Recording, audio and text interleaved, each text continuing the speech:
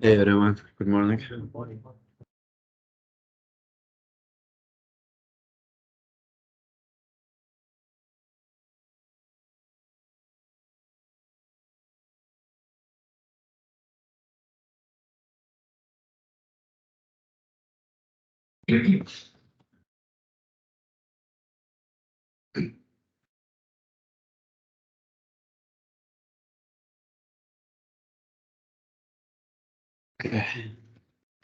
It looks like this internet service is suffering from maybe the coldness or snow.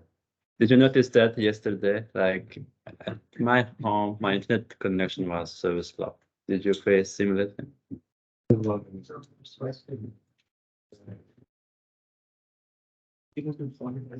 It's like keep loading. Like normally it takes just 1 minute to log in. Now it's taking 5 minutes to log in.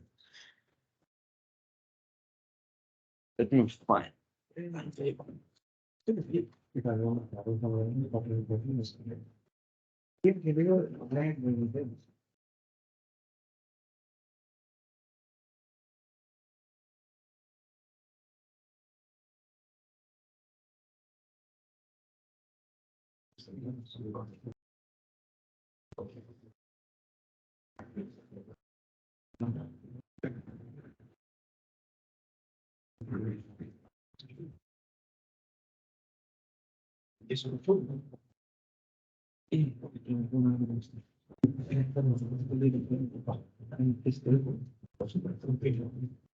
So here, no need to.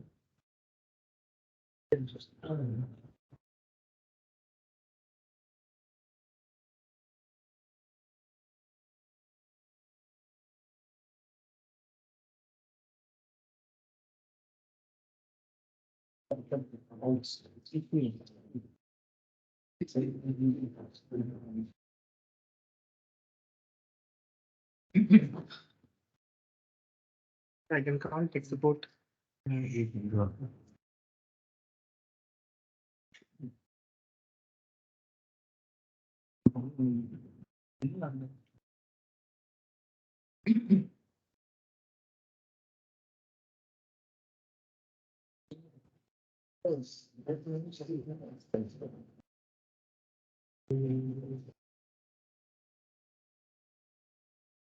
Maybe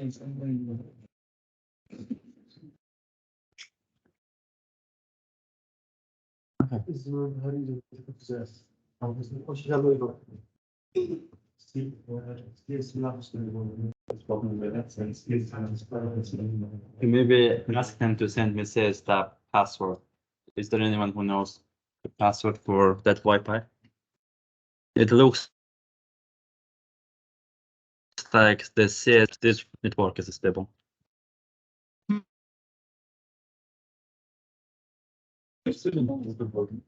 Yeah. Okay, I'm in it. Let me double check now. SD. Okay, this looking promise. Yeah. Okay. Okay. Go ahead and use. We are having some network difficulties. Yeah. Now it's back normal. Good. I think we're good. I was connected to that CS students that didn't work, but now it's working. Cable working? Cable, no, none of them works. Like there are 3 cables and none of them. Want to check for 2 minutes? Yeah, sure. Cables are there.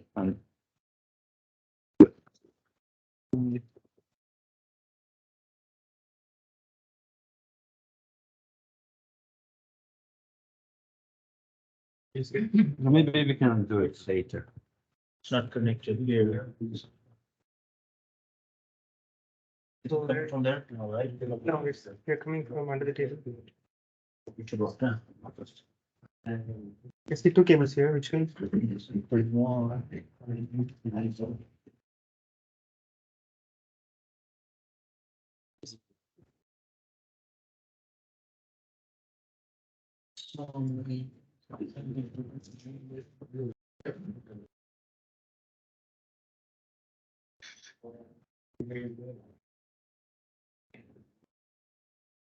It looks like it's not connected to any. It's taking some flashing lights.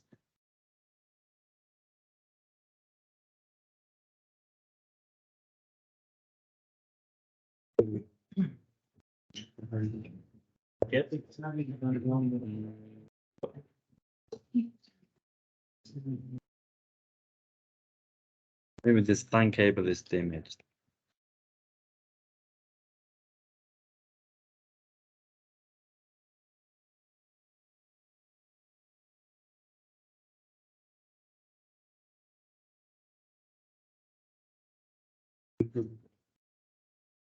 Okay, so Wi-Fi is fine, so I'm good. Yeah, it's perfect.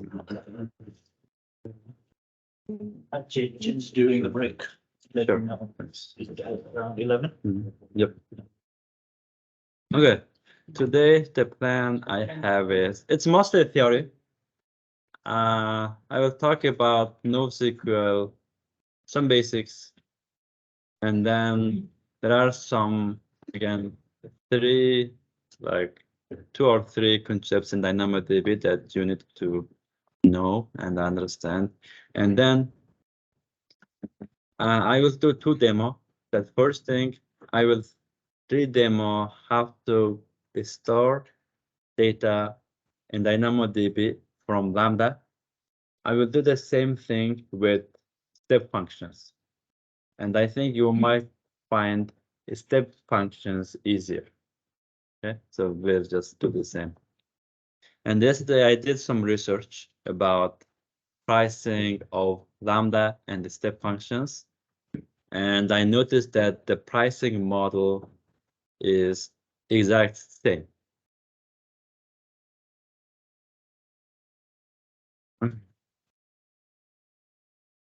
NoSQL, so it's increasing, so it's increasing.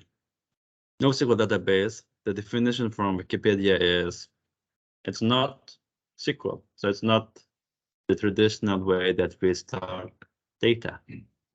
And there's many technologies, there are many technologies that are born and then some of them stay.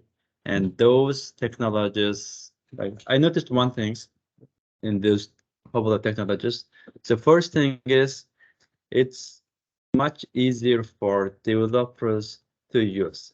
Like you have two technology options, but one of them you find it easier, like it's developer friendly. So that's one of the reasons that NoSQL like so much easier. If you notice, yes, like in NoSQL database, you just give the key and this schema is flexible. Like you can add column at any time at runtime. Like you don't have to like change your table schema. So that's like biggest thing again. And like my last job when we do release, if we have this, if you want to add one column, then what you have to do is maybe like the all deployment is automatic. So you have to do that adding new column automatically. So for that in Java there is something called FlightDB. So if you are looking for a job as a Java developer, then FlightDB is how you can automatically sync up those database schema.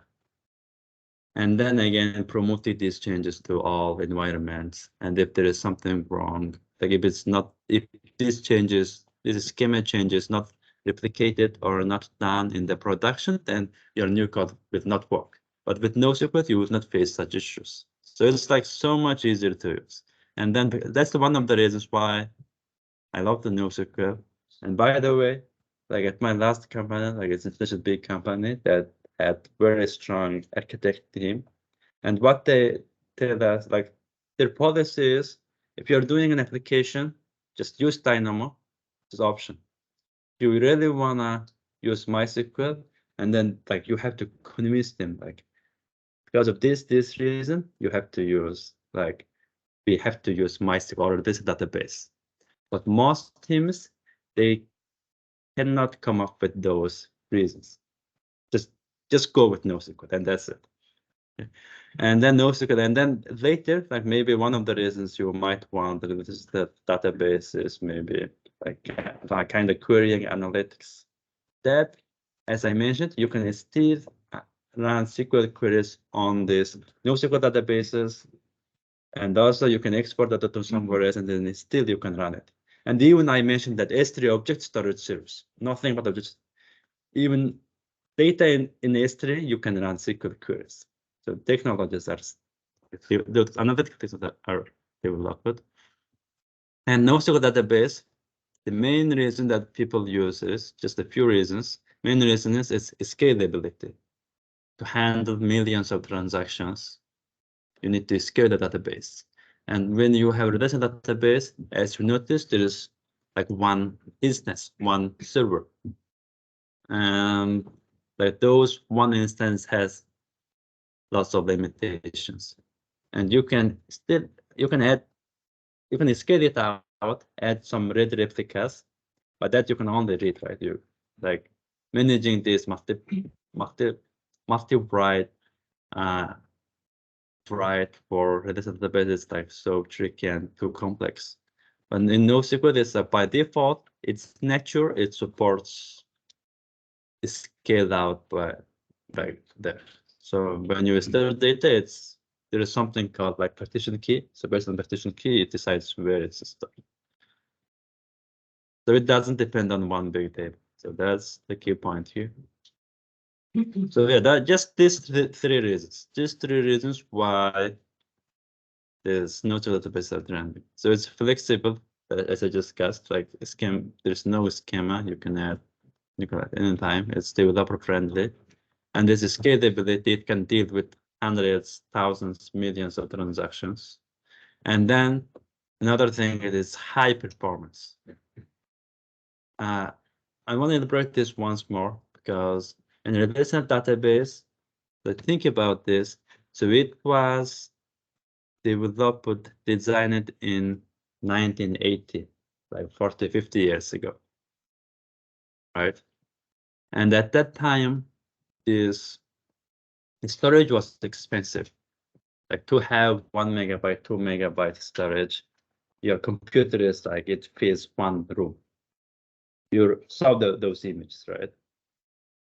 So because of that reason, like relation database, they focused on this like normalization, list, data, duplicate.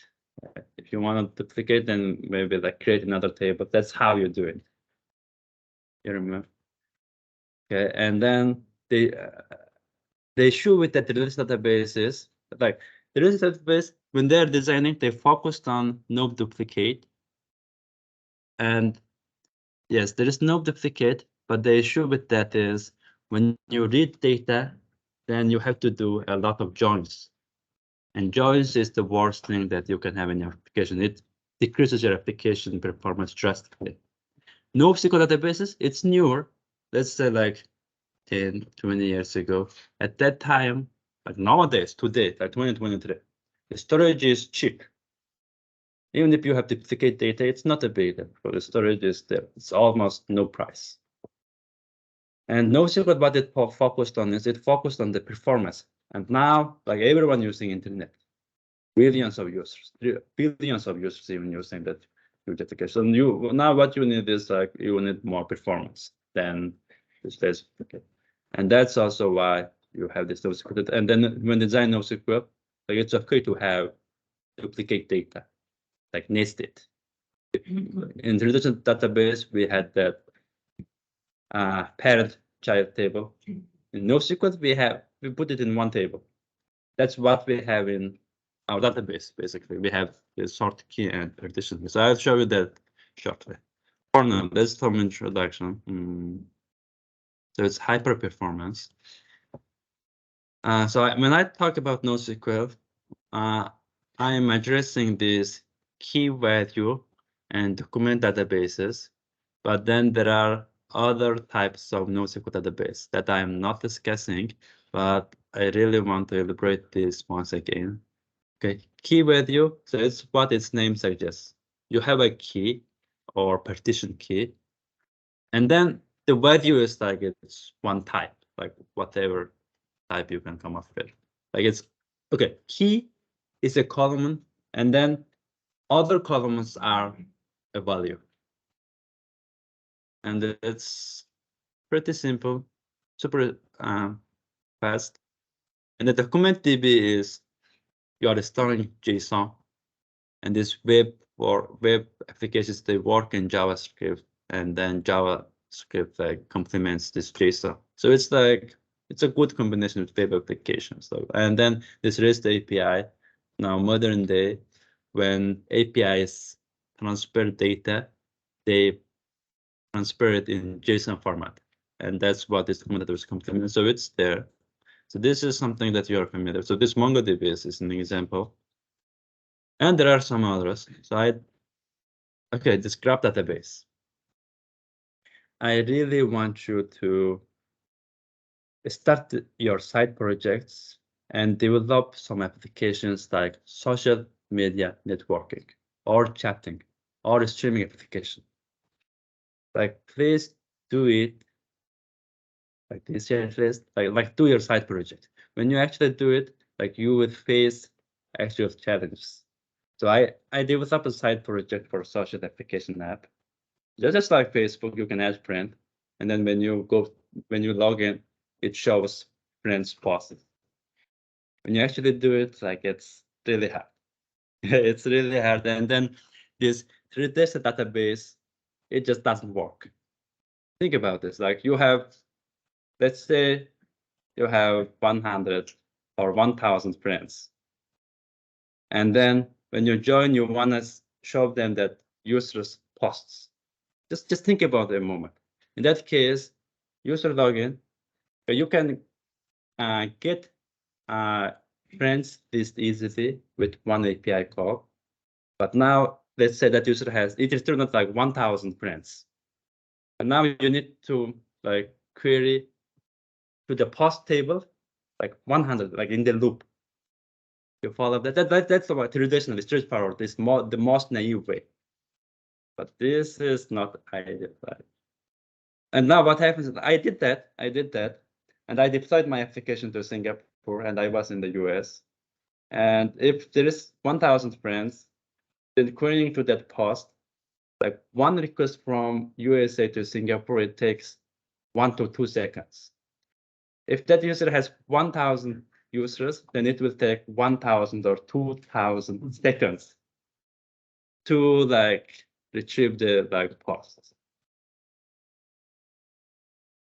And then, okay, here the bottom line is like this traditional database doesn't work. And or if you are using like something like, if you do it actually, it's fun, you learn a lot. And then this graph kind of database, this graph database, like this kind of, it solved the issue. Like it's much easier. And again, this is very interesting. Like I looked into this, how Twitter and Facebook, they are generating posts. And just for your information, how they do is they use this event-driven. Okay, I wanted to break this one thing because this is something interesting. So I just want to, it's like kind of out of topic, but it's interesting. So here you have this user. So what, okay, this client accessing to your app, and your app has database, and then you just send results back. This is traditional mindset, right? In social big platforms, what they do is they take advantage of event-driven architecture. So now there is a client that's posting on the social media application, and then this, as you learned in the SNS quiz, that's the most important lesson in this class. What you can do is they do fan out.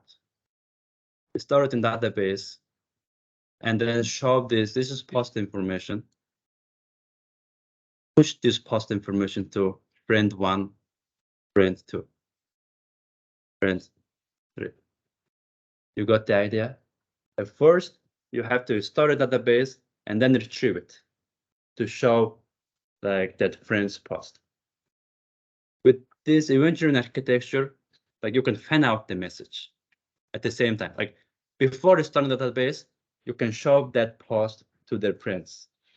You have this post event, just show them. Like before starting, it shows to clients. Makes sense? Okay. And now the issue is, like, what if that person is something like Elon Musk? Like 60,000, like millions of followers. Do you think this would work? I don't think it would work because it's pushing notifications. So this has some limit. I don't think you can do like millions. So Twitter or Facebook, what they did is like they categorized those users 2 groups. Like this popular users, just regular user. Regular user, they use this push model, this pan out and push. If there's a message, even they push it. If it's popular, then what it does is they poll it. So basically, now something like Elon Musk making a post, and it will be something like SQSQ. And then his followers, millions of followers, they will pull the message from this queue. Like follower 1, follower 2, follower 3. Makes sense. It's like so much fun. And now social media, just try it out. Chat is also interesting, like how you do that. And then streaming application. And that also might be asked during interview, like system design question. They might ask you to design this kind of applications. Okay. Good opposite. Yes.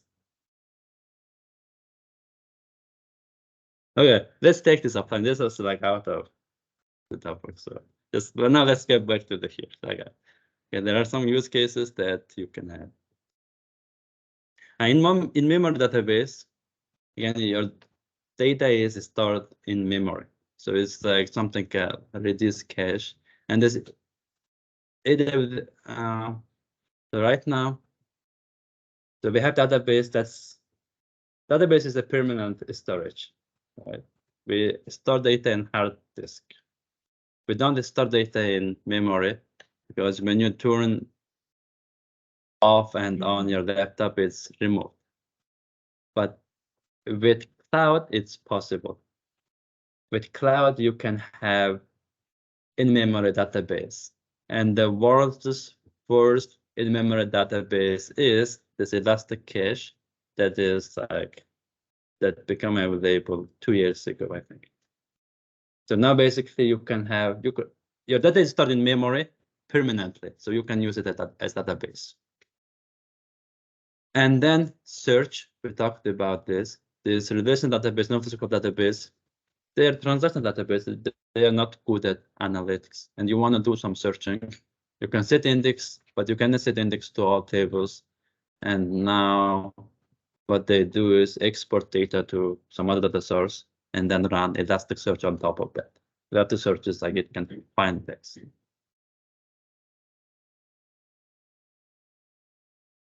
And this Elasticsearch, I think, is even this one is still very different. There is one website, like where you can watch Mongolian movies, and that website is developed from, I think, it's scratched by some guys. And then when I try to look by a movie, I want to find the movie by its name, like the search doesn't work. You can't find a movie by its name. Like they still didn't figure out the way to do that. Because like I'm not sure what the architecture is, but again, it's an issue. Like it's something that you need to resolve. And one of the things that you can do is this Elasticsearch. Export data to something else and do Elasticsearch. Anyway, so that was some up here. Designing NoSQL database. Just some tips. So it's okay to have duplicate data in a NoSQL database, but that's okay. And you store every data you see in one page, in one table, so that your performance is now much better because you're making only one API call and you receive orders. Like if you need to make multiple API calls, that's 1 or 2 or 4, then like every API call you do like a wait, like you wait, like this synchronous. It's like to render that page, you need all your data, right? All your data. So if you do this like 4 or 5 bus, that would make your application slower. And then like but that doesn't mean that you can store everything in one table, because there is a limitation that, for example, in DynamoDB, you can store 400 kilobyte data.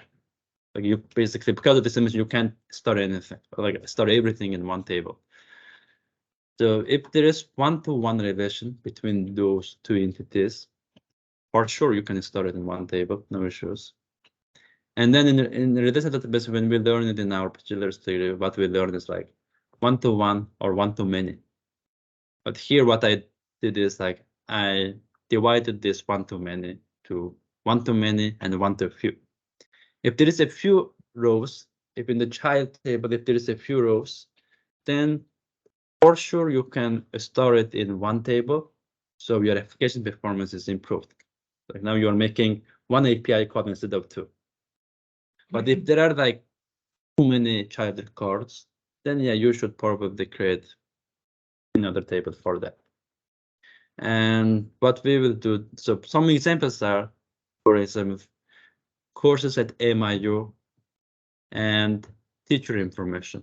Like there's a few teachers who teach the same class, like less than 10. Yes.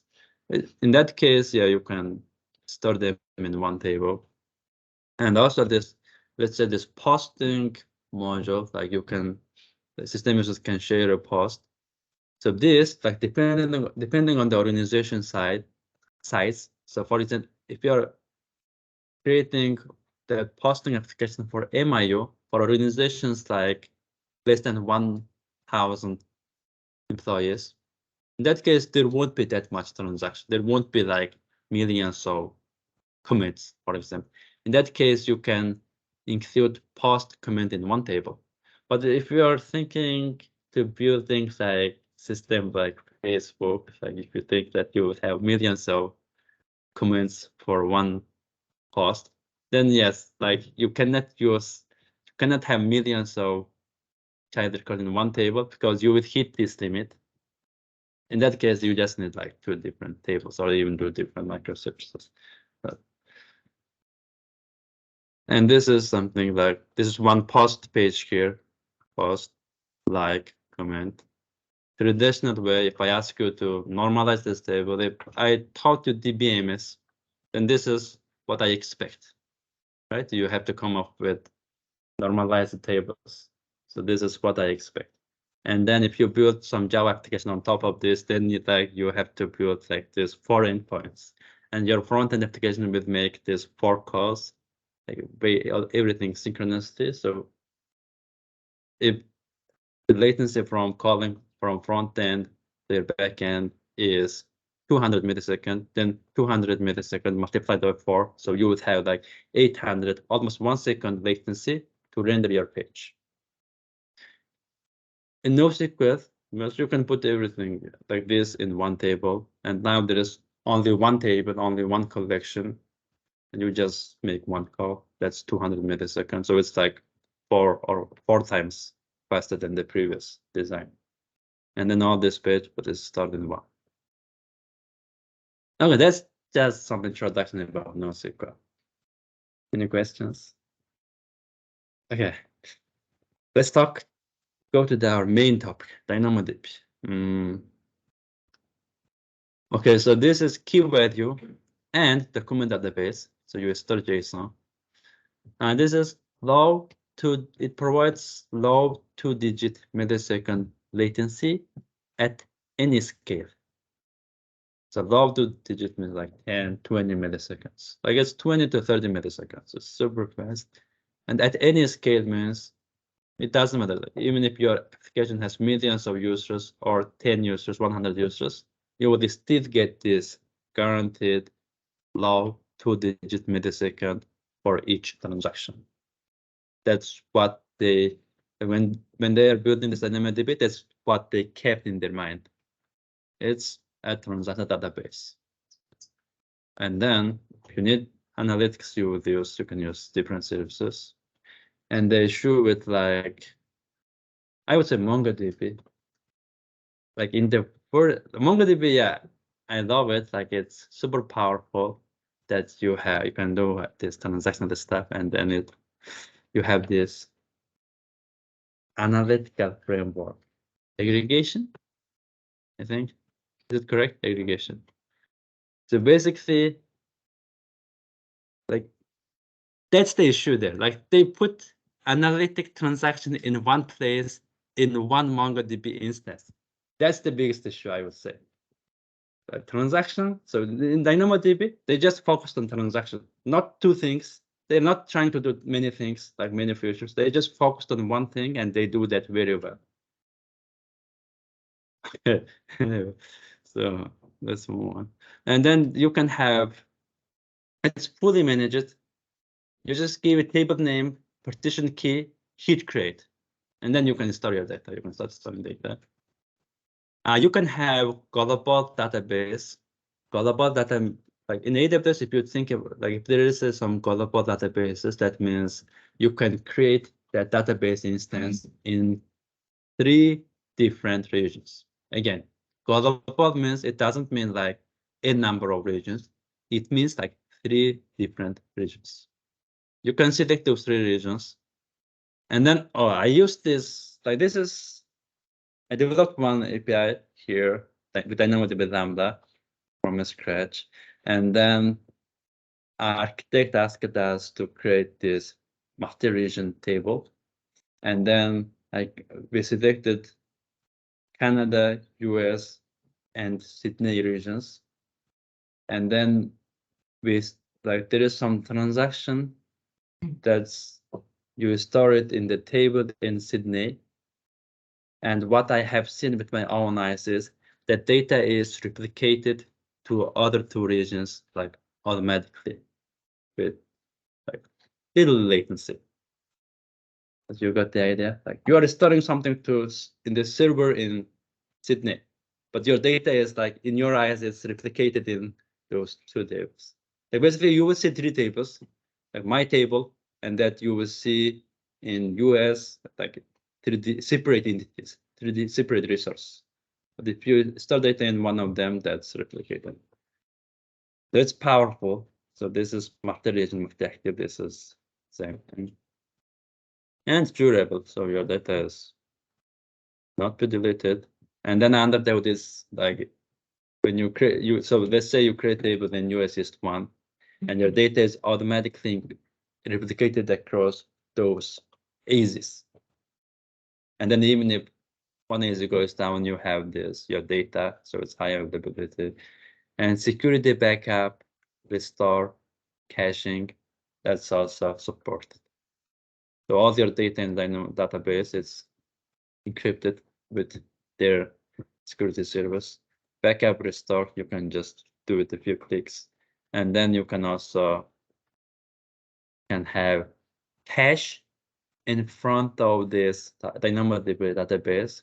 Notice here, low 2-digit millisecond is what caching technologies provide. They provide this latency.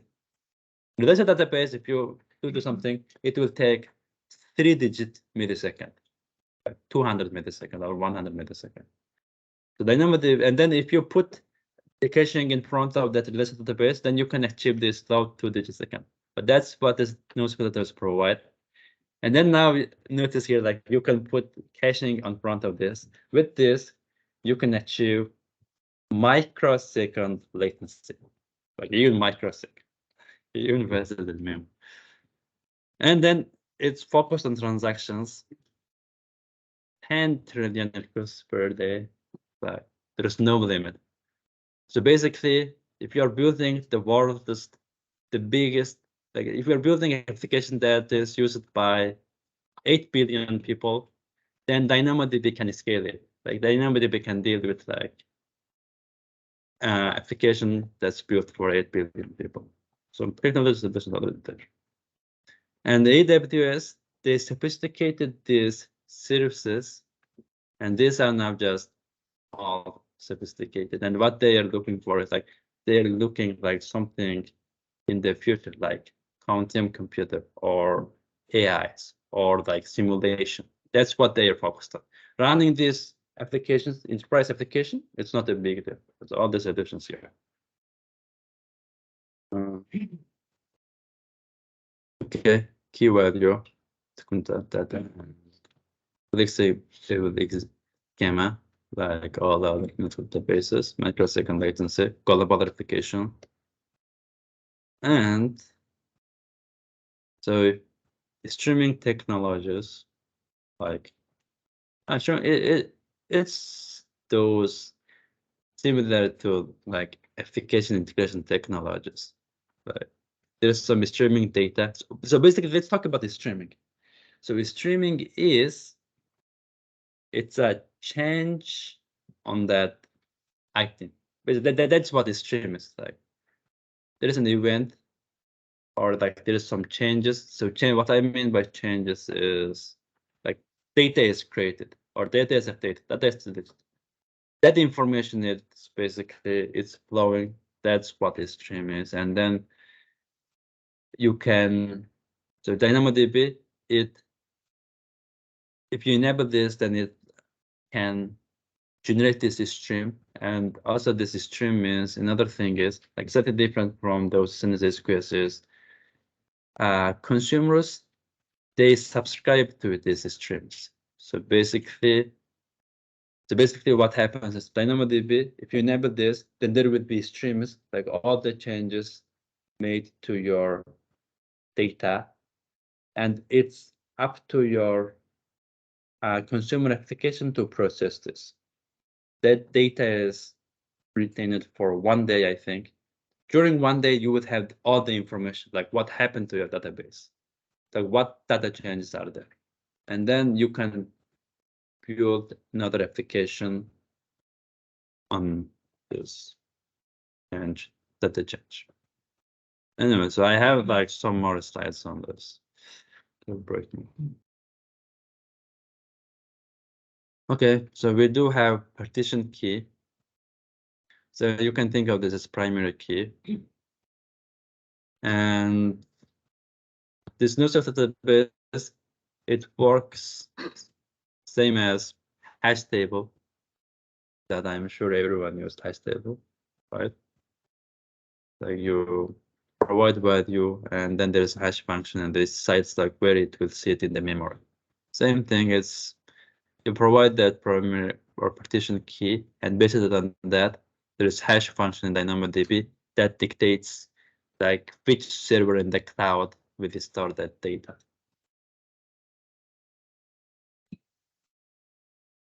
And there's something called sort key. In a nutshell, I would say it's used to represent one-to-many relationship. There is some description here, but we can see it in action. Like it's so much easier than you would think.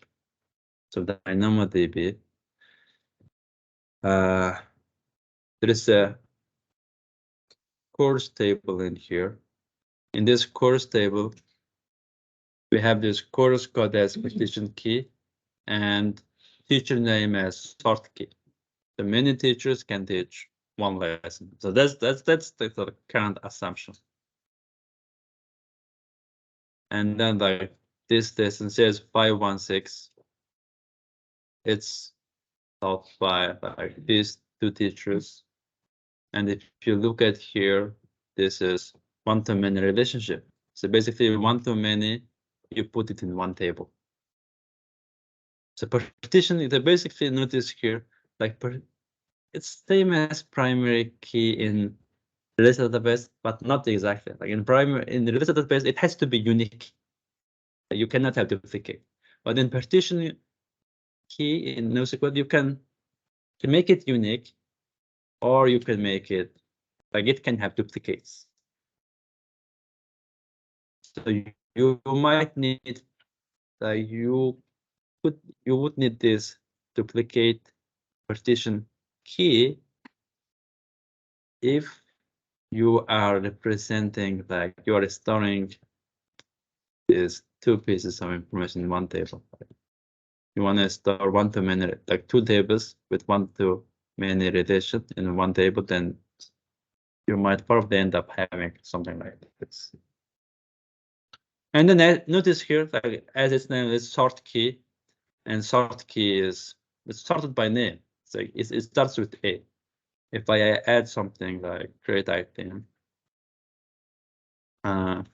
course code says 516, and the third teacher, it starts with P, maybe Bikram. Okay. And the best thing about NoSQL is, again, come here. We do have one index here. So maybe course code, we want to add course name in here, cloud computing. And here you can, this is like flexible. Let's say add new. You can add any field in here. You have to define this attribute type. So current DynamoDB supports string and number. But those are the common ones. And you can have Boolean. And I think binary. Well, so most cases, what I do is I just use this string and numbers. Even if in my application there are some flags, is deleted or is active, I stored them as a string. Fine, and then I just parse it. It doesn't matter. Because let's go back. And then also you might want to store like some array that you can do this. So this is common. This is important. This map. So map is something like so this course table. It can have an attribute. That attribute is a JSON, like nested JSON object. Like its type is object. In that case, you can do map. So I can add one string, and then here my column. There's no such column in this table in this data. So currently we don't have any columns on any existing items. This is like new column. Save it, like it should work. So it's successful. That I think it's showing up here. And this month we didn't provide, but notice here, new column. That's what the first point is. Like there are three main things that NoSQL is handy and neat. So one of them is flexible. I have just demonstrated this to you. Any column, no issues. And then again, partition key and sort key. But this is what sort key is. Now the thing is, now you want to get in any database, you want to get only one item by ID. In this case, partition key alone, it's not unique. You can have a duplicate. So the thing is, if you want to get an item, one specific item, you have to provide this partition key along with sort key. So this is in the rest of the database, you also have this, like it's known as composite key. So you have to the thing is like you have to provide both. Yes. What if there is another treasure name become in CS? It would reject because of duplicate. Yeah, you would get. So basically, in your application, let's say in your SDK code, there is DynamoDB put item. You are providing the data, and then that put item call with throw an exception, saying there's duplicate. Yes. Also, then sort key are the same, and if we do put item, it will override, isn't it? Well, you can make it like you can overwrite it. You can, there is some like in the parameter you have to maybe you need to change. Yeah, you can configure that like you want to overwrite it. But I know that by default it throws an error. That like that there is other than item with the same partition and partition ID and sort key. Or put item version. Put item by default. By default. By default, it throws an exception if you provide the same partition key and sort key. So it would say like the item already exists. So in MongoDB, you can overwrite that. You can, but I think in DynamoDB is similar. Maybe. So again, this is not a big deal. Like, you can do some workaround in your application code. Like in the catch block, then you can do some update maybe if you really want to override this. Right.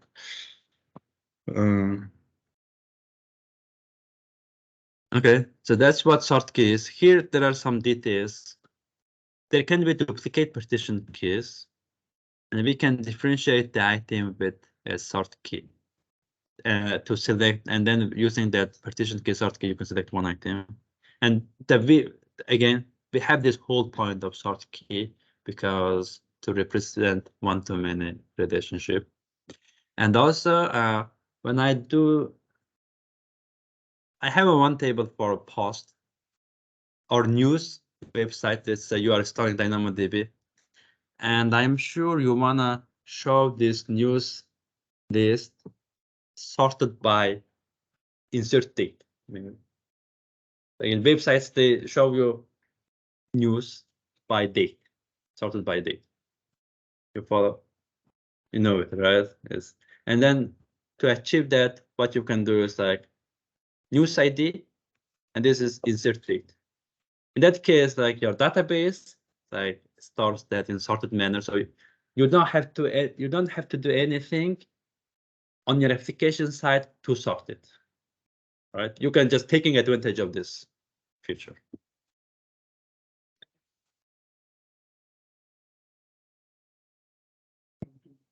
For other attributes that I get. Like Which? you just mentioned, like Mhm. it's with another like category or something. If you want to sort two columns. Sort two columns. Good question. I think that's possible. But then again, this trade-off, like in order to get one item, then you have to provide 3 information. The best is like this problem. I think you can have multiple sort keys. We can. Or maybe we can. Maybe we can't. So let's check this in the console. create table. I don't see any option in here to add another column.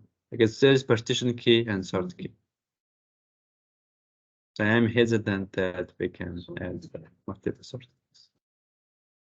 Can we just offset and limit while querying or fetching data?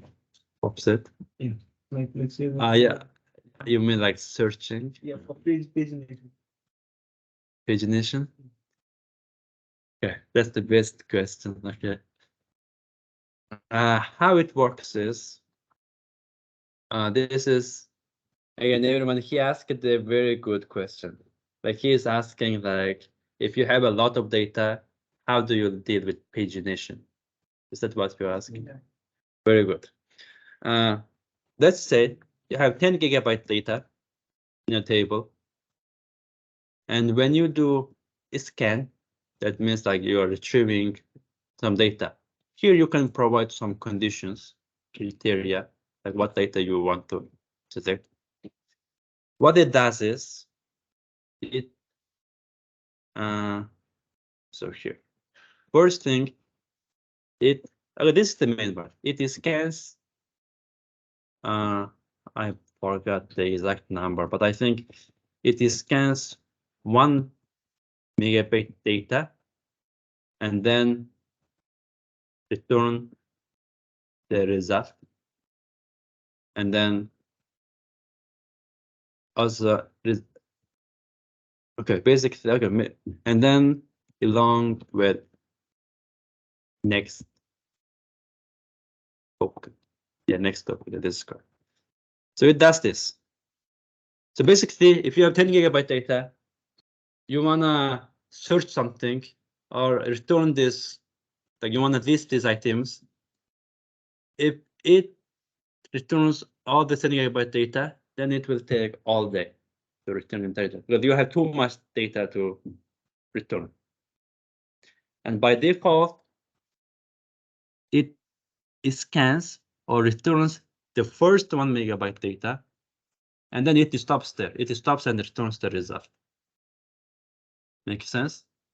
And now, so you got now your list data, but then there isn't the record that you were looking for, and you want to do like one more search, like next page. In that case, in your next scan request, you can provide this next token. Here is a criteria and your next token. And what it will do is it will scan next 1 megabyte data. Makes sense? Okay. That's where I should add this point to my slides. Well, anyway, my slide already has too much content.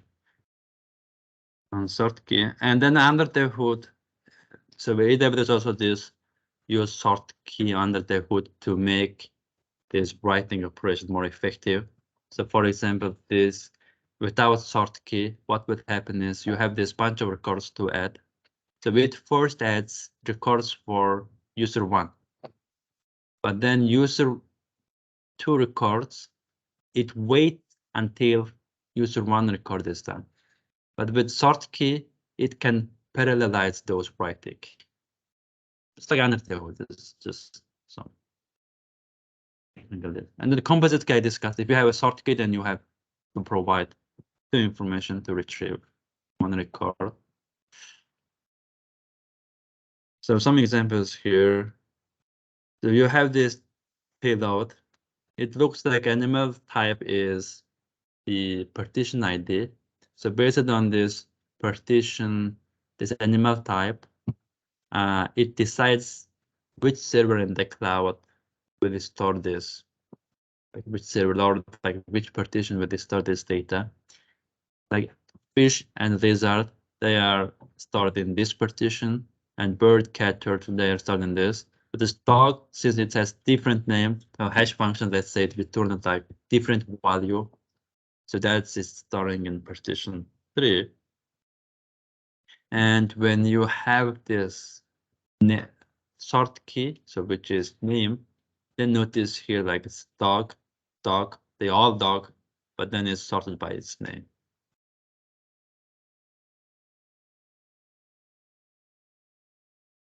Well, let's take 10-minute break. Not the-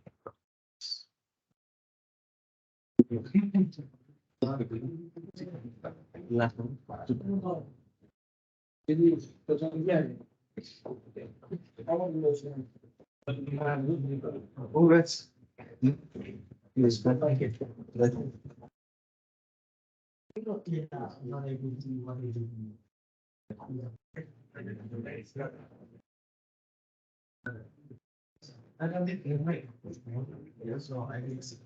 Yes. This is my fan connected. Oh yeah, thank you so much.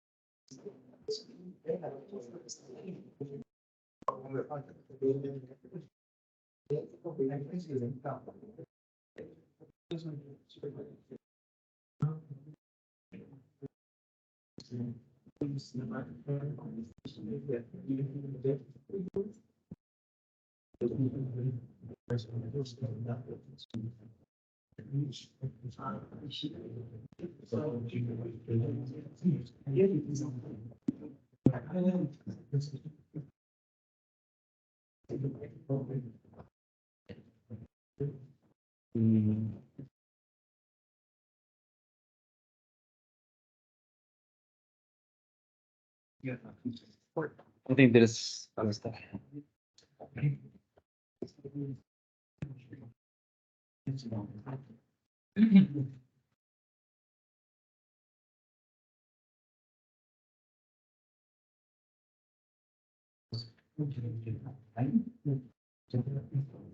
It's not even fun, yeah. I think Dan,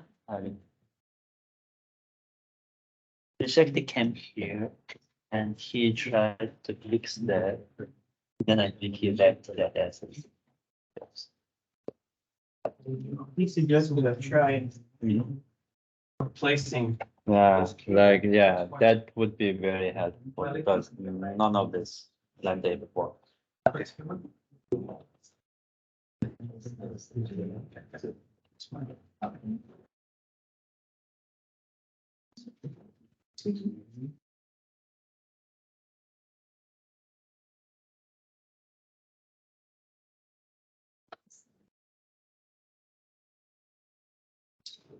Would you like the cable to go to the switch or to just go straight to your laptop? My laptop. I'll pick it up. Yep.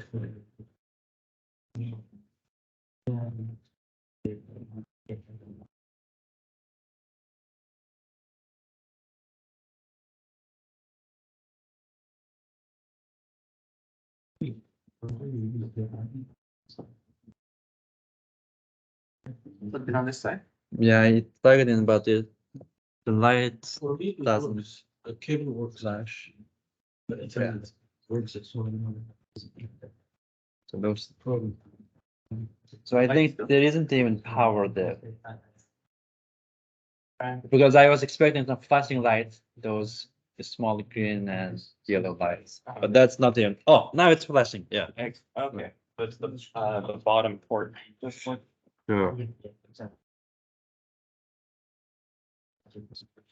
Oh, I think I'm good. So now I see this connected. Yeah, previously I had like undefined line. So good. Thanks. I think. Should be good.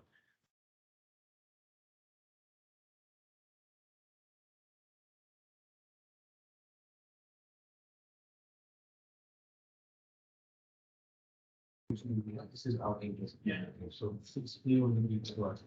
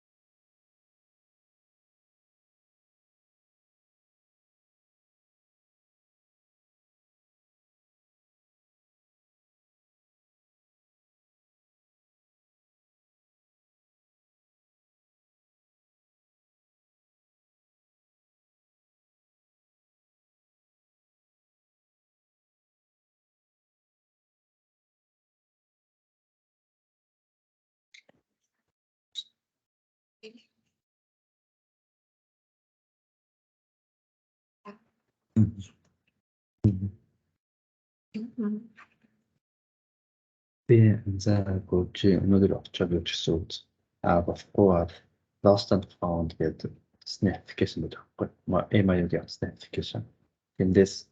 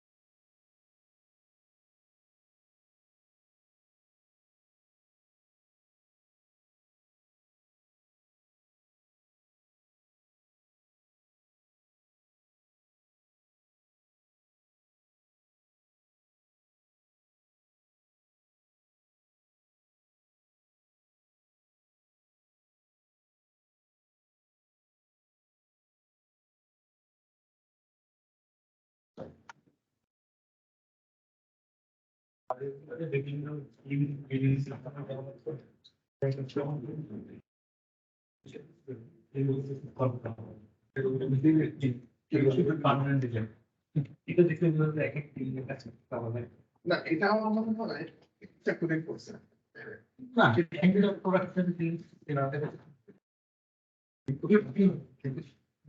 আমার মনে হয় জিনিসটা দেখে নিতে চাই জিনিসটা ওই দা কোন ফর্মটা না জিনিসটা ওই চলছে একটু পঞ্চাশ একটু যদি পারে ফিরে যায় অপর দিচ্ছে আপনি যদি দেখতে হচ্ছে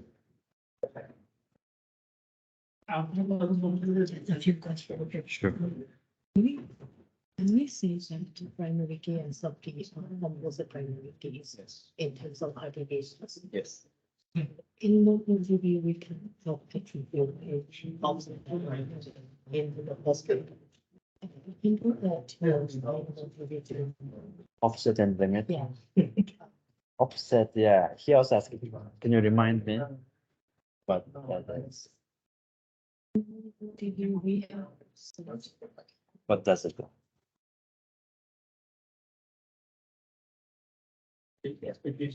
so what I also doing. This is for pagination. Okay. I don't think that might not be available in DynamoDB because DynamoDB has this feature. So that's what it does. Like there isn't many features like MongoDB. What it does, it just has the hyperscaling. And I don't think there might not be the future in like that doesn't mean like yeah, this is like it's still similar to MongoDB, but it has less futures, but they don't need focus on focus. Recently, I tested some modeling functions. Mm. So when I use in it, I can you can use verbal expression, but there is no like sorting order. And in terms of art, that's like order line or something. Yeah, that's great question.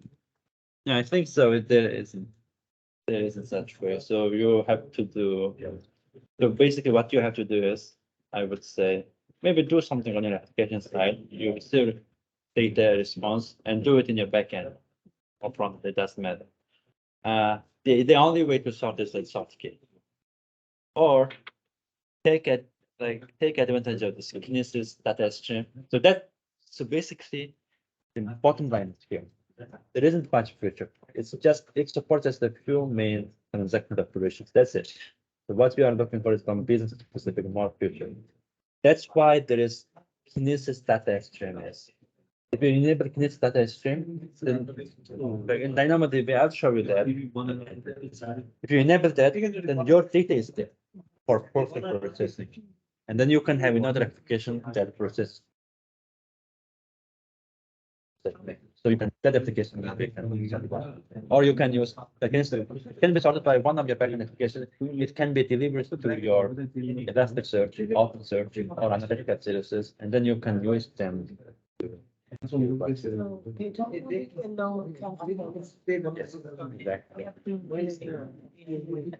Yeah. Yeah, that's basically to add more features. AWS has like they got this streaming feature in DynamoDB that allows you to add more features to your data. I look at into it. Yeah. Thank you very much. But yes, you're right. Like there isn't much future. Like what you're looking for may not be even there.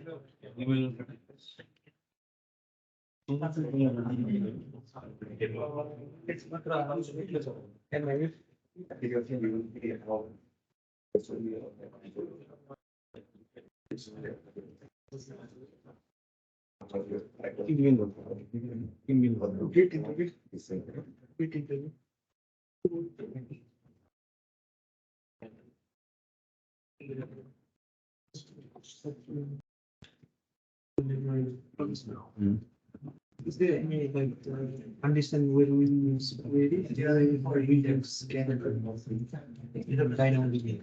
When to use scan and query? Okay, I'll tell you that. And this basically, I'm covering some theory here, like the main part. So the difference between these two, you can Google it and find it, right? But then I can iterate once again to everyone. But that's one of like some easy things to learn. That's I'm like leaving it to you to do. Here, like we have the symmetry. I just spoke this main concepts.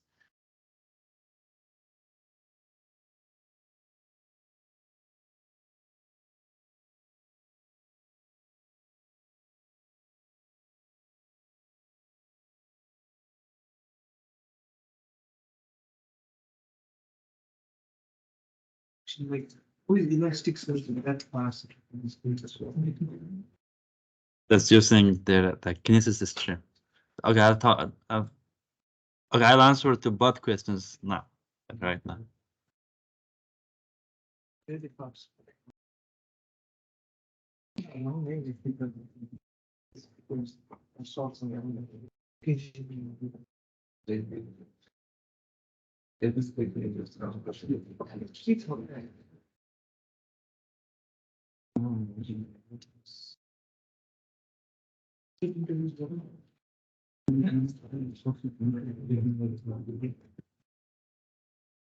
Então, ainda aconteceu? Eu não digo mentir, eu penso.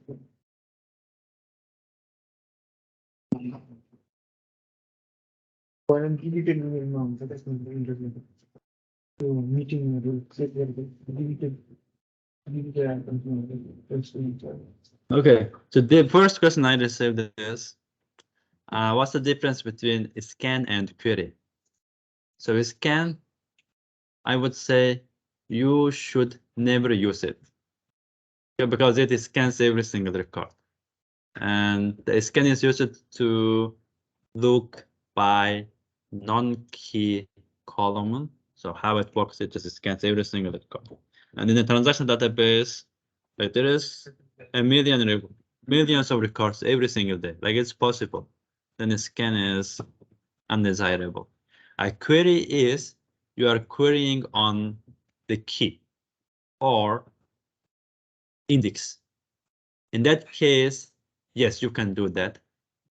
So if you're curious for querying on key or index, so it's much faster. It's not O(n), it's O log n, I think. O log n or O1, constant time.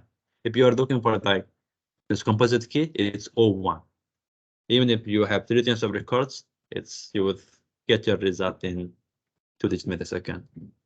You have index, it's still faster, but it's like kind of log n. So that's answer to your question.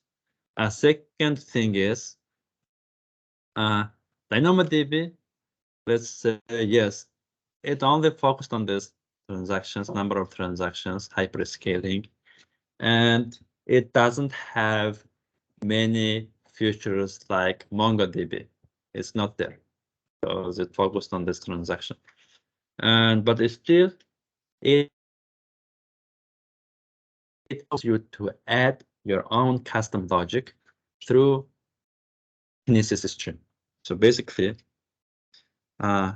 your client application is here. This is your application, and this is storing data to DynamoDB.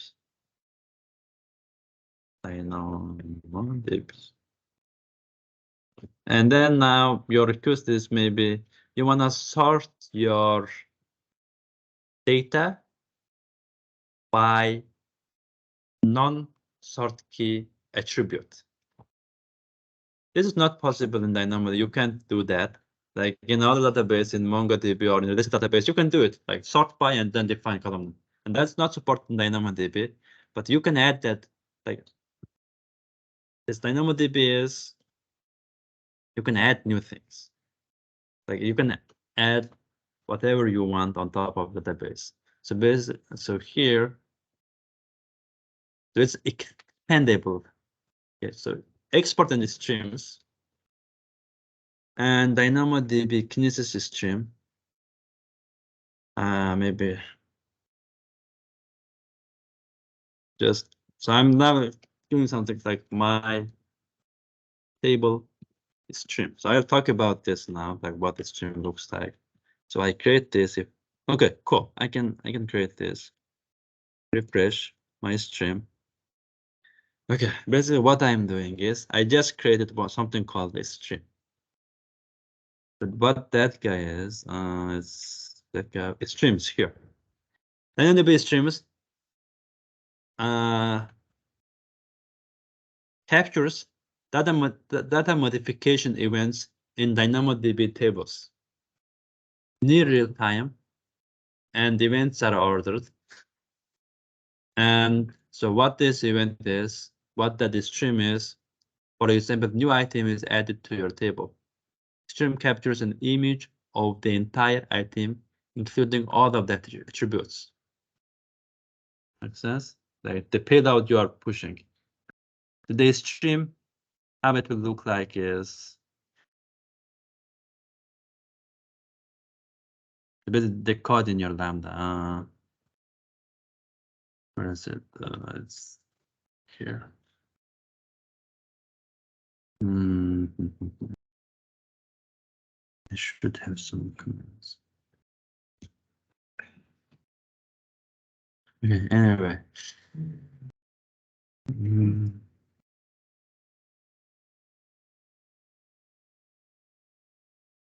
So for example, what you will see is current Lambda. And here now we got some hard-coded value. So do you see this is like item?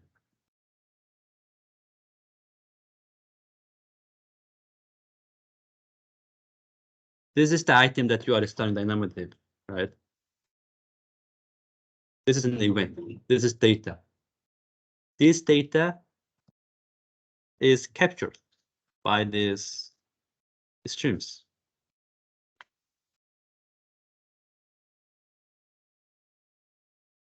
So that's what this statement is. It's an image of the entire item. This is the image of in this item, for example. If you are putting some record, this information is captured. If you make changes to this record, that's also captured. And what you would have is before modification, after modification. So there would be event in these two times. If item is deleted, you can also capture the entire item before it was deleted. So you got all this event, all this information. Like that will be pushed to this stream. First table. You're following this? Let's just work interactively. Right? If you follow this or you're done. So for example, this course table, I just enabled this. It looks like no. Streams, we enable this.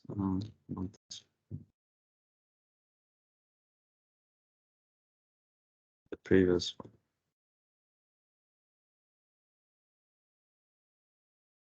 Streams, I didn't. I enable this. Why the stream? Well, it's enabling.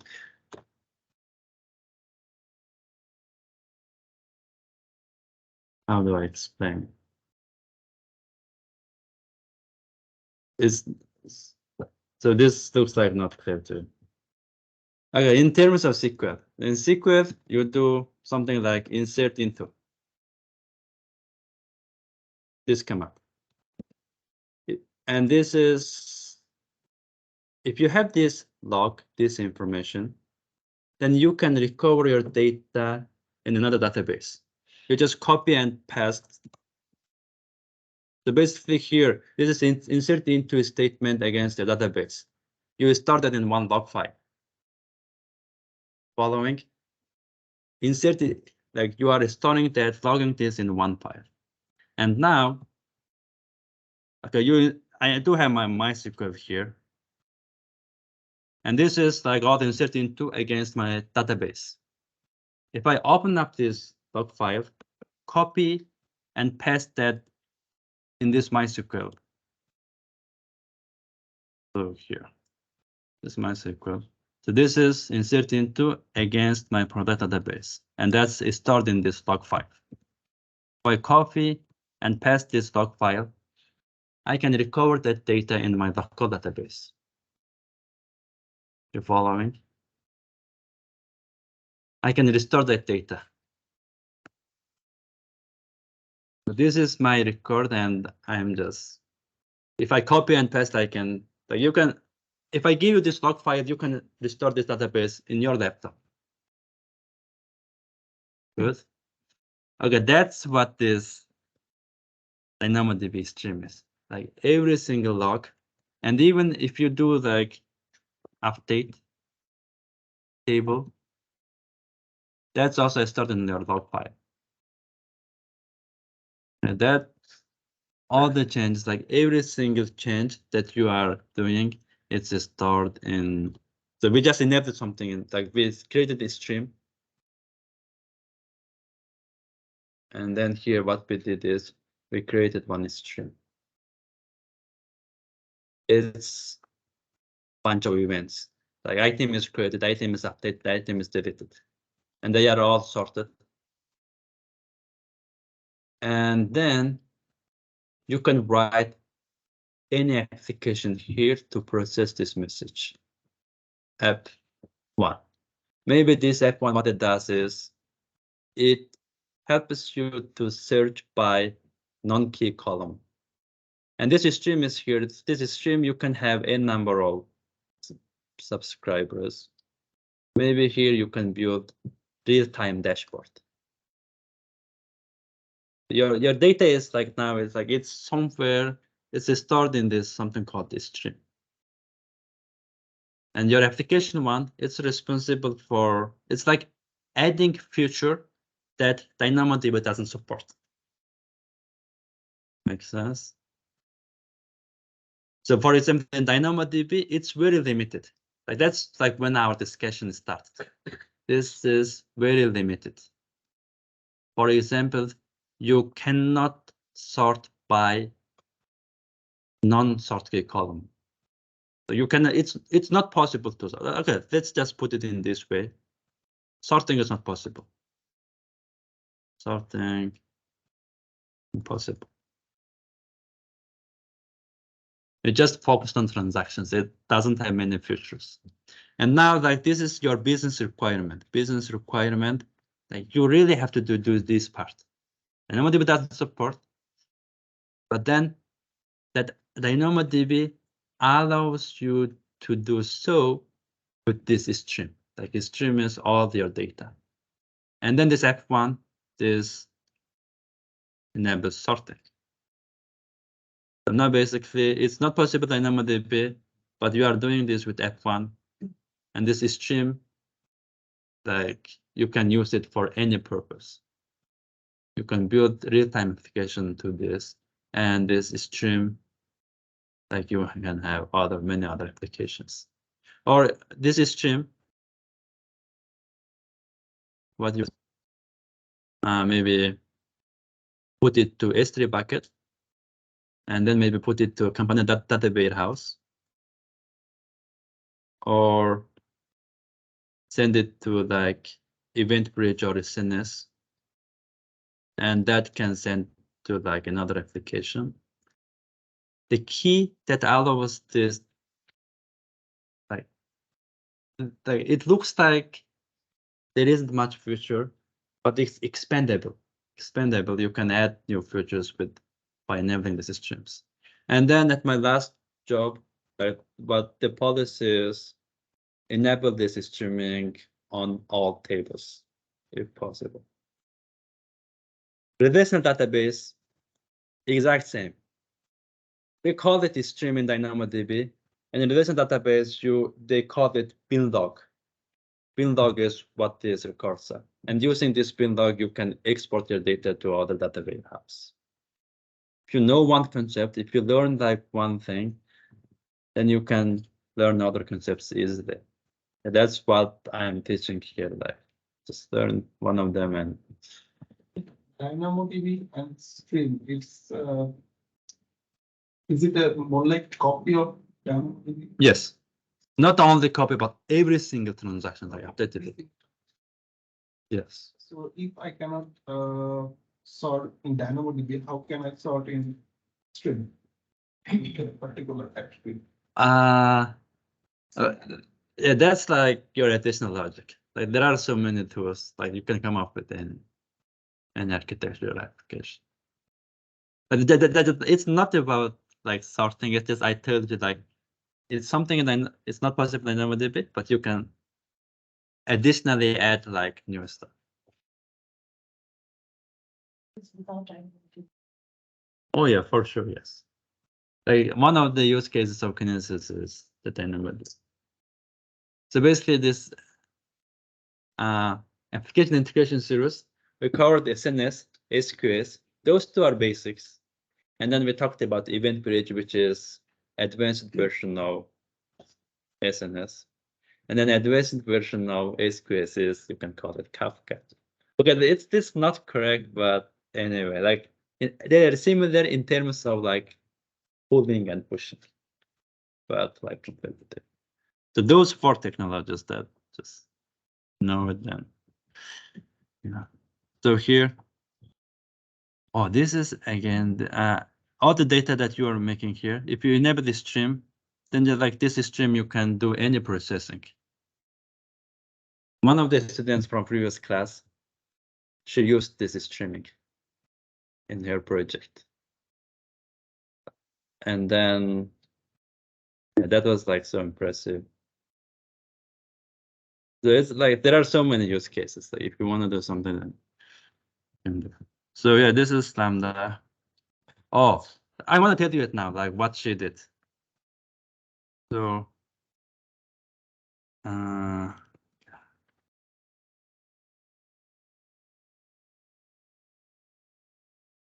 this is like the future of, like, this is the most, one of the most important features. So here, go to here, pen, pencil. Okay, you have this database. You understand this part. And I showed you in console that you can enable this streaming, right? What I did is I created this streaming first in the console, and I selected that in the enable stream. You remember? Like this parts in blue we did. Okay, now this DynamoDB stream, if you remember yesterday's lesson, it can trigger Lambda. So now, like, this is triggering the Lambda function. Do you follow this? Like, this part is something from yesterday. Like, DynamoDB can trigger this. Everyone following this part in blue? Now I'm about to show you the new thing. And what she did is, here, Lambda function has CloudWatch. You remember? CloudWatch, you have a bunch of logs there. CloudWatch has a feature called CloudWatch Insights. So what it does is, it's a dashboard. A dashboard or metrics. Okay, I think you follow this part, CloudWatch, Lambda and CloudWatch part. Because when you do console log, it's connected with CloudWatch. And now you have a bunch of text here, like hello 1, 2, 3. So you can group by hello and count number of occurrence, and then you can come up with some dashboard.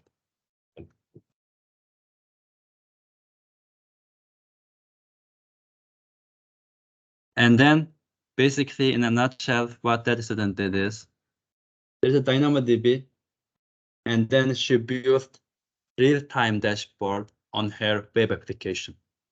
DynamoDB, real-time dashboard using these Kinesis. Yeah, so that's okay. This is just 5 minutes. Let me show you that. Okay, I will show you this on Thursday. That have to build dashboard, have to analyze a log file and build dashboard metrics.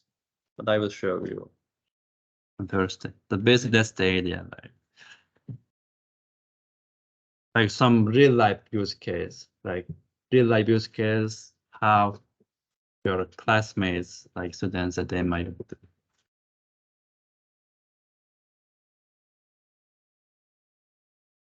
Okay, where? So we talked about partition key and soft key and the index. So for example, you have this table and you want to look by something general, and what you can do is you can do a scan, but the scan is not recommended. Don't even use it in production. So you want to do it by general, and what do you do is the secondary index. It's fast access. You already know what that is. Most of you know what that is. And how it works, it looks something like this. So it's your table, game scores, and user ID is primary key, partition key, think of this way. And you wanna look by this game title. And for that, you can create this, you can create an index. And what the index is, under there is one table, like extra table. That extra table, that game title is the partition. And that projects to your real partition ID. So basically, okay, this is something here. So basically, like when you create an index, it creates another table. And then that the column that you want to look by is the index, is the ID of the table. Here, so course table. We have this partition key, teacher name, and we will probably want to search by course name. That's why we created this course name index. Otherwise, you have to scan it. And now what it has is, now it has two tables, internal tags. When you query by course name, what it will do is, it will not query on your table, it will query on this index table. And then it returns all the attributes. So basically you got the result. You don't even touch the main table, you just query. So basically, so here. So when you create an index, this is your main table, and this is your primary, this is your index. And this is your table. And from your, this is a client application. So in our case, it's, and in Lambda, when you look, like scan is not recommended, what you do is query, right? DynamoDB.query.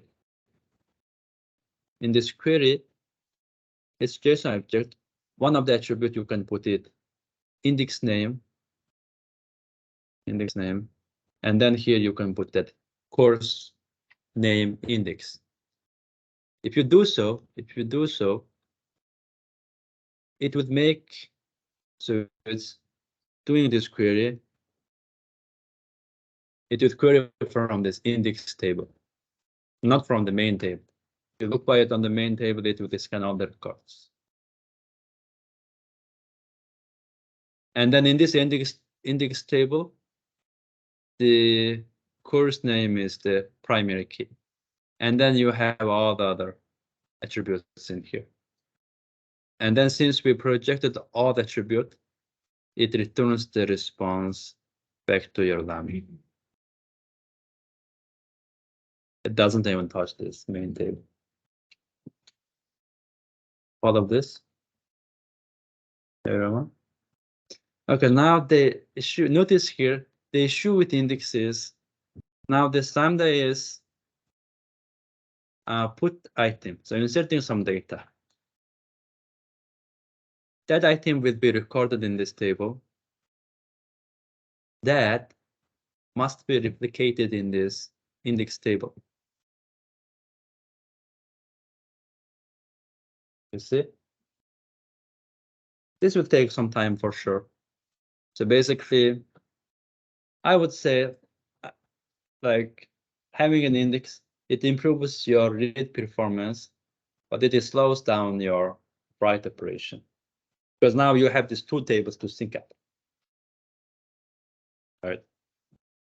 Another table, another thing I will show you in console. You will see with your own eyes. Come here, create table. Customize settings. Here. You see, by default, if there is like 5 read capacity in it, so I'll talk about this. Like if there is 5 read unit, 5 write unit, it will cost 3 months and 291 a month, approx estimated cost. Go to global index. I add my index. Like it's cool, and then here it projects to all index. Fine. If you do only keys, then this index table will take less space. Do you see this? This estimated cost. It was 2 something, and now it's 5 something. So basically, by adding this index, you double the cost. You double the cost. Because it makes sense, you are now have 2 tables. if you make it like third, 3 times. That's why you like use index when you're reading it. There are 2 disadvantages, like big disadvantages. Cost, more space, making write operation slower. And there are some students maybe not familiar with this, what O log n is, what O1 is, what O1 is. You must know this. When you find a job, that's what they will ask you. Like they will give you one LeetCode problem to solve it, and you have to solve it efficiently. O(n), this is what we are discussing. If there is millions of records, it will take, like it will get longer. And this is how it's optimized when you have an index. Like visually, if there is an O log n, then it's like much better than this. And when you look by this primary key and sort key, it's constant, even if you have 3 times it's the same. That's just some visual thing about this O(n). So here is some best practices on AWS console, like how to choose your partition key. If it's user ID is key. And if it's a status code where there is only a few possible values, for example, 400 and 400, 500, 200. In that case, you would have like 3 huge partitions, right? And that partition will have lots of transactions. Maybe it will be like much slower. You would have like 3 huge partitions, and so on. So this like. Okay, there is something. When you read something from DynamoDB, so it's a database in the cloud. It's all over the like somewhere in the cloud. And when you put write record, it's stored replicated in multiple data centers, right? And when you read some record, it's eventually consistent because it's replicating your data on multiple machines. So that's what eventually consistent, but it's not that bad. I would say like 10 millisecond. So you're writing data and it's replicating from. So here, when you send read response, you might not get the most updated data, but when you resend your request, you will get the new data for sure. There is something like, okay, there is some minor latency due to this data replication on multiple servers. You can make it consistent. You can enforce this, and you want to make sure your reads is consistent. So this is current is that you always get most up-to-date data. So that's what is strongly individual consistent is, and strongly consistent looks like promising, but it has some disadvantages. So there are 2 disadvantages. So first thing is it makes latency higher. When you make read request, it waits until all data is replicated in the server. Asynchronous, you receive the response immediately, but strongly consistent, you have to wait. And another thing is like it's more throughput capacity is like it costs more because you are charged based on this throughput. That's our like topic that we are trying to get at. DynamoDB, there are 2 pricing models. So first is on demand. I recommend on demand because there's nothing to do on your side. It's like it scales automatically. Or there is something called provisioned. In that case, like how many like read write unit you want. It's like similar to a scaling group with the configure. In a scaling group with configure like minimum, maximum instances, 1 and 3. Similarly, you can configure that in here, and then it will scale between those 2 values based on this. Do you see currently it's selected as provisioned? So maximum unit minimum and maximum, and this uses target tracking scaling policy. Like it will try to maintain at 70%. If it's more than 70%, it would add one more unit. But then what I recommend is just on demand. Like I didn't realize that this scheduling was there. And I think mine was like default there. I think it was file. There was like, I think minimum was file. So this is like, I just maybe cut a snippet, the template snippet I copied from the internet. And that template had this minimum capacity file. And then I didn't realize it. I just used it.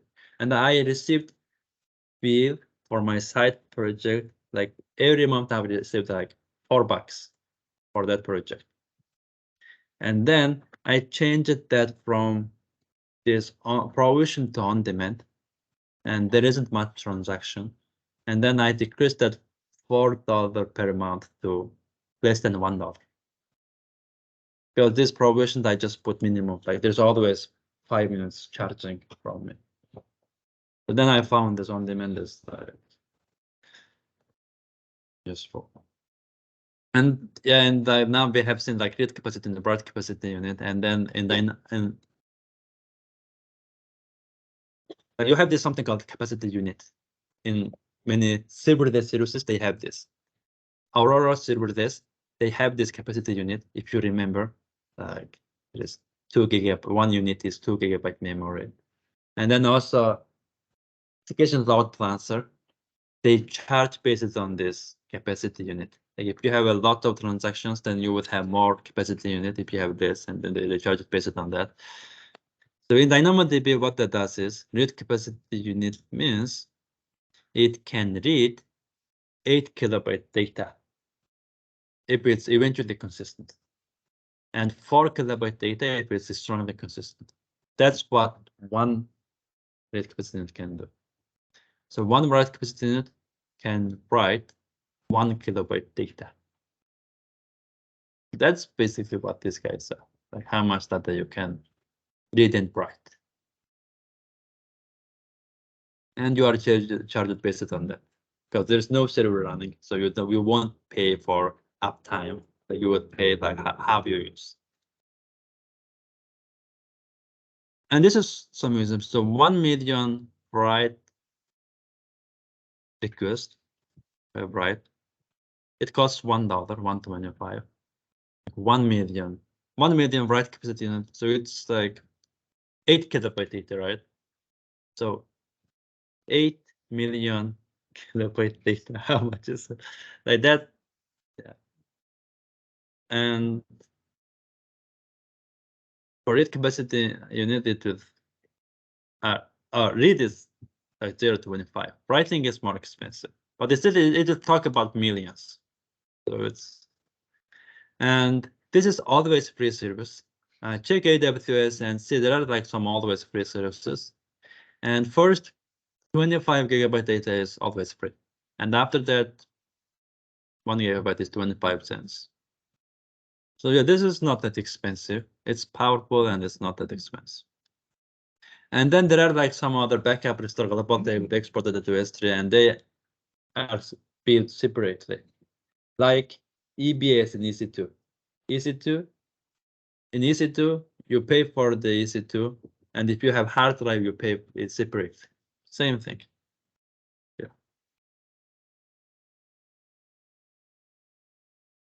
I think we're almost there. Just first.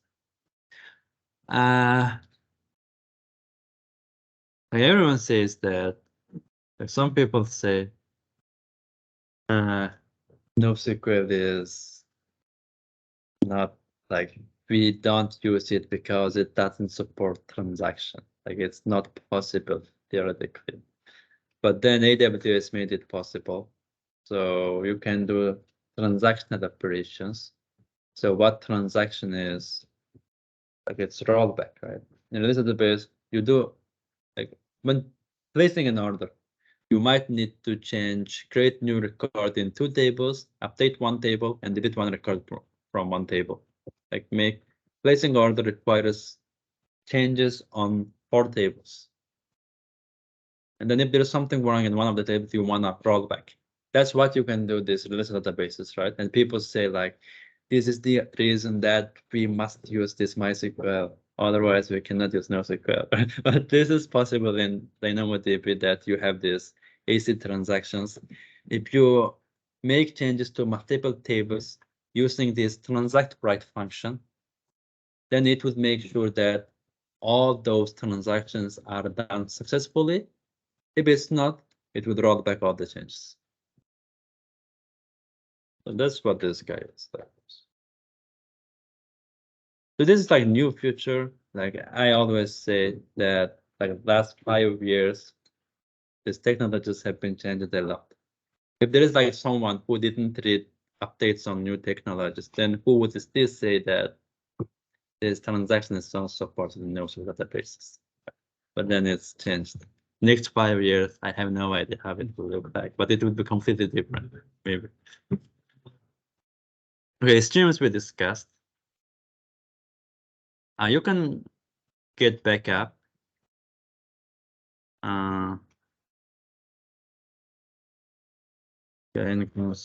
Yes.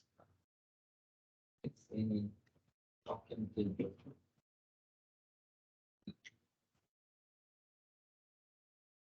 No. That's, I would say it's lovely with concept. The DynamoDB is an API.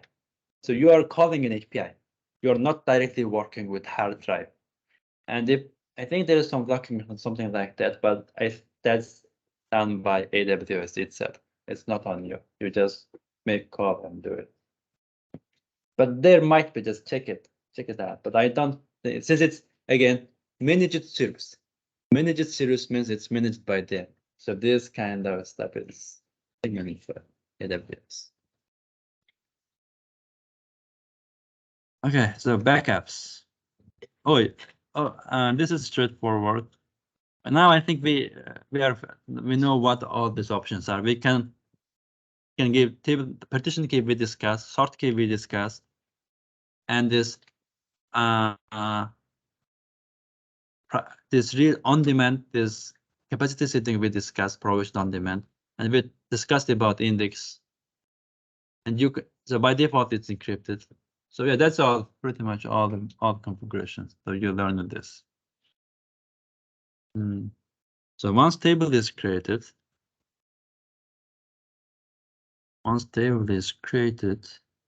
so you can take backup in here. Just click on the table, backups, and create backup, create on-demand backup. You're backing it up, and then if there's something wrong with your database, you can recover from backup. It's like what snapshot is. Yeah, what a snapshot. This is point-in-time recovery. You can enable this. So the point-in-time recovery provides continuous backup of your database, DynamoDB table for 35 days to help you protect against accidental write or delete operations. That's what this is. Like you enable this. Okay, it's enabled. And now there is something wrong. I accidentally deleted some information. Like I was about to do soft delete, but then I did hard delete. Now I want to recover that. So in that case, go back to stream, hit restore, and then just specify the time before you delete it. Maybe I deleted that at like 10:50 or like 10. I think like an hour ago, I deleted that, and then I can recover, go back to time. So that's this too.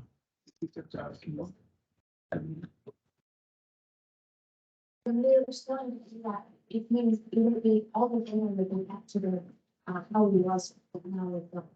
Yes.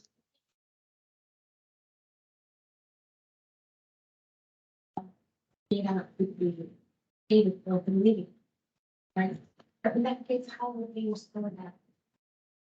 Lost data from 1 hour. That's an interesting question. I think what she is telling is, so you deleted something accidentally, and you want to go back, but then there is still some new records that you have to keep. Okay. Any ideas? Logs, maybe. Yes. Logs are like it's Kinesis, right? So you can, I think, you can instead go back to the time, and then you do have your transactional log in the Kinesis stream. So you can pull that new data from Kinesis and store it back to DynamoDB. Sense? I think that's like some workaround.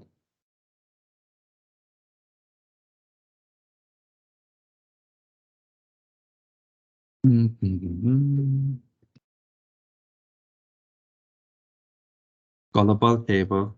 So this is like I also discussed about that here. Okay, guys, this global table again. In order to enable the global table, you must enable streaming first. Like streaming we discussed here. It's all your data change in here, right? Basically, what happens in the global table is not, so you have to enable this so that the big guy AWS reads your data and replicate this US and Asia. So let's say this DynamoDB table is in EU, Europe. Makes sense? This is your table, and you do have this stream.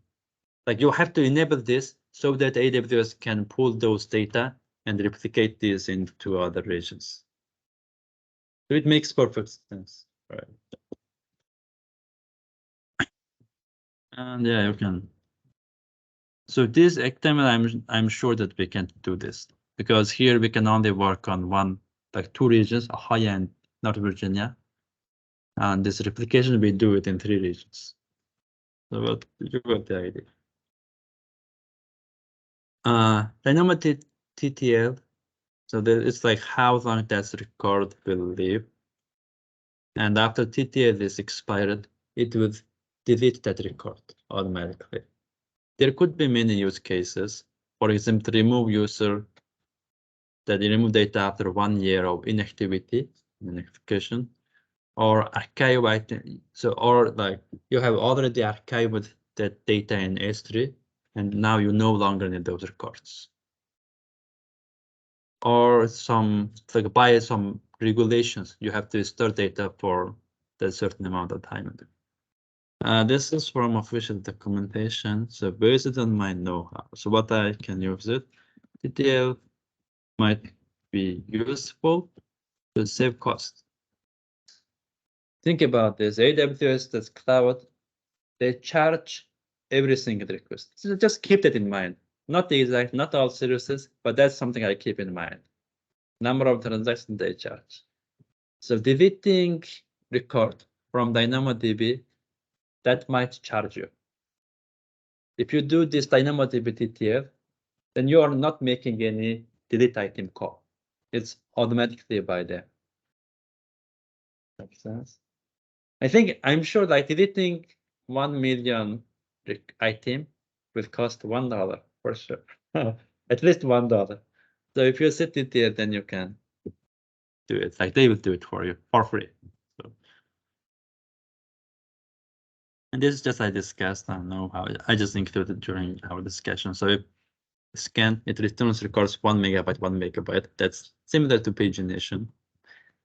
But this is something important, guys. So this is so when you are starting your project, scan is fine, like you just new project, right? You have no idea how many users will have. So scan is fine in the beginning, and then I needed to implement that searching, and I put limit. This is related to your today's assignment. When you refer the AWS SDK documentation, you will see these many attributes. And one of them in scan approach, the scan you have to do this today. right? By the definition. So you can use implement, and you will find limit operation here. So I use this limit operation to limit my number of records, just like MySQL. Right? MySQL, if you do limit 20, it returns to limit 20. And that's what I thought. But then I used the limit. It was returning no record. And what I learned is it doesn't work that way. Instead, it limits how many records it will scan. So for example, if you limit 10, it will scan 10 records. And if there is no matching record, you would receive nothing. So it's a bit differently, right? So that's like one, and then yeah, that took me like 20 minutes. I get a bit frustrated, like I had like there is something bug, and then I realized, oh, this is not the limit that we use in MySQL. This is different limit. So just take your time to read the documentation. Oh, this is important, everyone. This Unix times. If you notice, there is no data type called date or timestamp in DynamoDB. And then I recommend you to store date as Unix timestamp or in number. Okay. Use table, and I have that insert data sort key. And then if it's numbered, it's guaranteed that it's always sorted correctly. But if it's a string, then my data could be like issue. So for example, in the US, 123, right? And maybe someone inserted data, like some servers insert data maybe in this format, like 2021, something like this. It like yeah, and then because of this string, like it's sorted this manner, but this one is supposed to be above it. You got the idea? Like a string date might be sorted incorrectly, like it will treat that as a string. If you make it number, then it's guaranteed. So you store it in Unix, and then basically what I have is like news ID, insert date as Unix timestamp, and then this is always sorted correctly. And then in here I iterated on that streaming. It doesn't have many features. Like in the beginning, like you might feel like we would not use this DynamoDB because it has very limited features. But then they just make it expandable by giving you this stream. This stream you can do like many things. I gave you like many examples. This callable table is done with this stream. Real-time dashboard, you can build this. And even previous class student like she used this streaming to build dashboard, real-time dashboard.